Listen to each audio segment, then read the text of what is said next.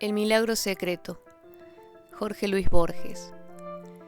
La noche del 14 de marzo de 1939, en un departamento de la Seltener Gasse de Praga, Jaromír Hladić, autor de la inconclusa tragedia Los enemigos, de una vindicación de la eternidad y de un examen de las indirectas fuentes judías de Jacob Boehme, soñó con un largo ajedrez. No lo disputaban dos individuos, sino dos familias ilustres. La partida había sido entablada hace muchos siglos. Nadie era capaz de nombrar el olvidado premio, pero se murmuraba que era enorme y quizá infinito. Las piezas y el tablero estaban en una torre secreta. Jaromír, en el sueño, era el primogénito de una de las familias hostiles. En los relojes resonaba la hora de la impostergable jugada. El soñador corría por las arenas de un desierto lluvioso y no lograba recordar las figuras ni las leyes del ajedrez. En ese punto se despertó. Cesaron los estruendos de la lluvia y de los terribles relojes. Un ruido acompasado y unánime, cortado por algunas voces de mando, subía de la Seltener Gasse. Era el amanecer. Las blindadas vanguardias del Tercer Reich entraban en Praga. El 19, las autoridades recibieron una denuncia. El mismo 19, al atardecer, Jaromír Hladić fue arrestado. Lo condujeron a un cuartel aséptico y blanco, en la ribera opuesta del Moldó. No pudo levantar uno solo de los cargos de la Gestapo. Su apellido materno era Jaroslavski, su sangre era judía, su estudio sobre la Bohème era judaizante, su firma delataba el censo final de una protesta contra el Anschluss. En 1928 había traducido el Sefer Yetzirah para la editorial Hermann Barsdorf. El efusivo catálogo de esa casa había exagerado comercialmente el renombre del traductor. Ese catálogo fue hojeado por Julius Rothe, uno de los jefes en cuyas manos estaba la suerte de Hladić. No hay hombre que, fuera de su especialidad, no sea crédulo. 2 o 3 adjetivos en letra gótica bastaron para que Julius Rothe admitiera la preeminencia de Hladić y dispusiera que lo condenaran a muerte, pour encourager les autres. Se fijó el día 29 de marzo a las 9 a.m. Esa demora, cuya importancia apreciará después el lector, se debía al deseo administrativo de obrar impersonal y pausadamente, como los vegetales y los planetas. El primer sentimiento de Hladić fue de mero terror. Pensó que no lo hubieran arredrado a la horca, a la decapitación o el degüello, pero que morir fusilado era intolerable. En vano se redijo que el acto puro y general de morir era lo temible, no las circunstancias concretas. No se cansaba de imaginar esas circunstancias. Absurdamente procuraba agotar todas las variaciones. Anticipaba infinitamente el proceso, desde el insomne amanecer hasta la misteriosa descarga. Antes del día prefijado por Julius Rothe, murió centenares de muertes, en patios cuyas formas y cuyos ángulos fatigaban la geometría, ametrallado por soldados variables, en número cambiante, que a veces lo ultimaban desde lejos, otras desde muy cerca.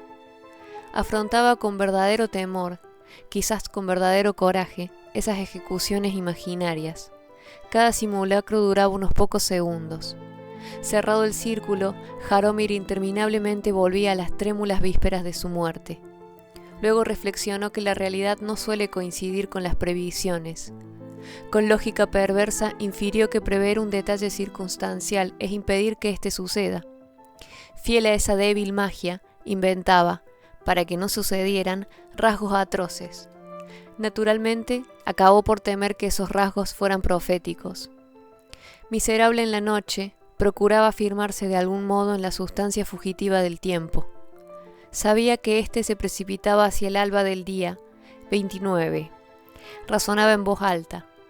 Ahora estoy en la noche del 22. Mientras dure esta noche, y 6 noches más, soy invulnerable, inmortal. Pensaba que las noches de sueño eran piletas hondas y oscuras en las que podía sumergirse.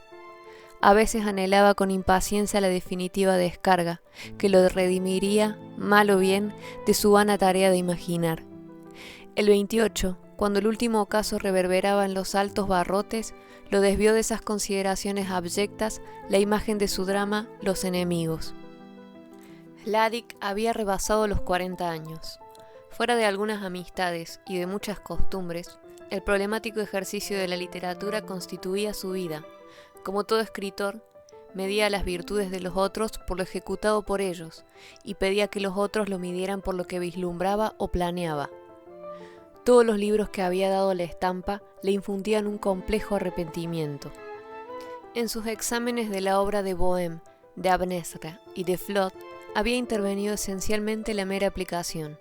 En su traducción del Sefer Yetzirah, la negligencia, la fatiga y la conjetura. Juzgaba menos deficiente, tal vez, la vindicación de la eternidad. El primer volumen historia las diversas eternidades que han ideado los hombres, desde el inmóvil ser de Parménides hasta el paso modificable de Hinton. El segundo niega, con Francis Bradley, que todos los hechos del universo integran una serie temporal. Arguye que no es infinita la cifra de las posibles experiencias del hombre y que basta una sola repetición para demostrar que el tiempo es una falacia. Desdichadamente, no son menos falaces los argumentos que demuestran esa falacia. Ladik solía recorrerlos con cierta desdeñosa perplejidad. También había redactado una serie de poemas expresionistas. Estos, para confusión del poeta, figuraron en una antología de 1924, y no hubo antología posterior que no los heredara. De todo ese pasado equívoco y lánguido quería redimirse Ladik, con el drama en verso Los enemigos. Ladik preconizaba el verso, porque impide que los espectadores olviden la irrealidad, que es condición del arte. Este drama observaba las unidades de tiempo, de lugar y de acción. Transcurría en Rat Khani, en la biblioteca del barón Roemersdat, en una de las últimas tardes del siglo XIX. En la primera escena del primer acto, un desconocido visita a Roemersdat. Un reloj da las 7, una vehemencia del último sol exalta los cristales. El aire trae una arrebatada e irreconocible música húngara. A esta visita siguen otras. Roemersdat no conoce las personas que lo importunan, pero tiene la incómoda impresión de haberlos visto ya, tal vez en un sueño. Todos exageradamente lo halagan, pero es notorio, primero para los espectadores del drama, luego para el mismo varón, que son enemigos secretos, conjurados para perderlo. Roemersdat logra detener o burlar sus complejas intrigas. En el diálogo aluden a su novia, Julia de Boidenau, y a un tal Haroldas Kubin, que alguna vez le importunó con su amor. Este, ahora, se ha enloquecido y cree ser Roemersdat. Los peligros arrecian. Roemersdat, al cabo del segundo acto, se ve en la obligación de matar a un conspirador. Empieza el tercer acto, el último. Crecen gradualmente las incoherencias. Vuelven actores que parecían descartados ya de la trama. Vuelve, por un instante, el hombre matado por Roemersdat. Alguien le hace notar que no ha atardecido. El reloj da las 7. En los altos cristales reverbera el sol occidental. El aire trae la arrebatada música húngara. Aparece el primer interlocutor y repite las palabras que pronunció en la primera escena del primer acto. Roemersdat le habla sin asombro. El espectador entiende que Roemersdat es el miserable Jaroslav Kubin. El drama no ha ocurrido, es el delirio circular que interminablemente vive y revive Kubin. Nunca se había preguntado Ladik si esa tragicomedia de errores era baladí o admirable, rigurosa o casual. En el argumento que he bosquejado, intuía la invención más apta para disimular sus defectos y para ejercitar sus felicidades, la posibilidad de rescatar, de manera simbólica, lo fundamental de su vida. Había terminado ya el primer acto y alguna escena del tercero. El carácter métrico de la obra le permitía examinarla continuamente, rectificando los hexámetros sin el manuscrito a la vista. Pensó que aún le faltaban 2 actos y que muy pronto iba a morir. Habló con Dios en la oscuridad. Si de algún modo existo, si no soy una de tus repeticiones y erratas, existo como autor de Los enemigos. Para llevar a término ese drama, que puede justificarme y justificarte, requiere un año más. Otórgame esos días, tú, de quien son los siglos y el tiempo. Era la última noche, la más atroz, pero 10 minutos después el sueño le anegó como un agua oscura. Hacia el alba, soñó que se había ocultado en una de las naves de la biblioteca de Clementinum. Un bibliotecario de gafas negras le preguntó: ¿qué busca? Ladik le replicó: busco a Dios. El bibliotecario le dijo: Dios está en una de las letras de una de las páginas de uno de los 400.000 tomos del Clementinum. Mis padres y los padres de mis padres han buscado esa letra. Yo me he quedado ciego buscándola. Se quitó las gafas y Claric lo vio a los ojos, que estaban muertos. Un lector entró a devolver un atlas. Ese atlas es inútil, dijo, y se lo dio a Ladik. Este lo abrió al azar, vio un mapa de la India, vertiginoso. Bruscamente seguro, tocó una de las mínimas letras. Una voz ubicua le dijo: el tiempo de tu labor ha sido otorgado. Aquí Ladik se despertó. Recordó que los sueños de los hombres pertenecen a Dios, y que Maimónides ha escrito que son divinas las palabras de un sueño, cuando son distintas y claras y no se puede ver quién las dijo. Se vistió. 2 soldados entraron en la celda y le ordenaron que los siguiera. Del otro lado de la puerta, Claric había previsto un laberinto de galerías, escaleras y pabellones. La realidad fue menos rica. Bajaron a un traspatio por una sola escalera de fierro. Varios soldados, algunos de uniforme desabrochado, revisaban una motocicleta y la discutían. El sargento miró el reloj. Eran las 8:44.